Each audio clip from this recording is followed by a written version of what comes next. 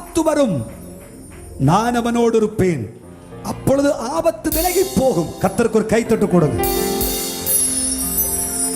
விபத்து வரும், ஆக்சிடென்ட், எல்லாம் முடிஞ்சு அப்படி நினைப்பாங்க. ஆனா உனக்கு ஒரு சேதம் வராது.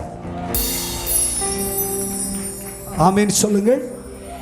ஆபத்தில் நானே அவனோடு இருந்து அவனை தப்புவித்து அவனை கனப்படுத்துவேன். ஊரெல்லாம் சொல்லும், அவனோட கர்த்தர் இருக்கார், கர்த்தர் இருக்கார், அவன் குடும்பத்தோட கர்த்தர் இருக்கார். இந்த மாதத்தில் நீங்க இதை பார்ப்பீங்க. ஆபத்து நேரிடும் போல் இருக்கும், கர்த்தர் உங்களை தப்பிச்சிருவார். கேடு வரும் போல் இருக்கும், கர்த்தர் தப்பிச்சிருவார். மரண தூதன் பக்கத்துல வந்தது மாதிரி இருக்கும், ஆனா உங்க நிலைக்காலில் இயேசு ரத்தத்தை வச்சிருவார். கையை தட்டி கர்த்தரை மகிமைப்படு. ஒரு கேடு வரா, எல்லாம் தொலைச்சுவது மாதிரி இருக்கும். அது வேற ஆணி ஆடி வேற வருது. கையை தூக்கி அல்லேலூயா சொல்லுங்க. ஆடி வந்துச்சுன்னா ஆட்டம் ஆரம்பிச்சிரும் அப்படின்னு நினைச்சிட்டு இருக்கிறோம். அல்லேலூயா சொல்லுங்களேன். வியாபாரம் போச்சு, தொழில் போச்சு, எல்லாம் போச்சு.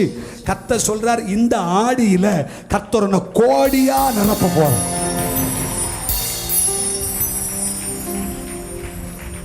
தட்டு நம்பிக்கை இருந்தா ஸ்தோத்திரம் பண்ணு. இத்தனை வருஷமும் ஆடியில நம்ம பாடி ஆனோம்.